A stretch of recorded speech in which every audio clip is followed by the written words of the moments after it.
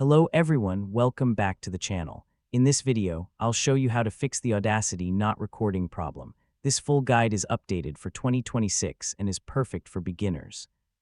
First, open Audacity on your computer. If Audacity is not recording, don't worry because this problem is usually caused by microphone or audio settings. Click Audio Setup at the top and check the recording device. If no microphone is selected, choose the correct microphone from the list. For voice recording, set the recording channels to mono. Now click the record button or press the R key on your keyboard and check whether the waveform appears while speaking.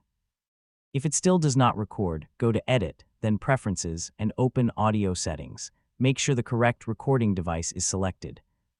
Next, open Windows Settings, go to Privacy and Security, then Microphone, and turn on Microphone Access. Also enable Let Desktop Apps access your microphone. After changing the settings, close Audacity and open it again.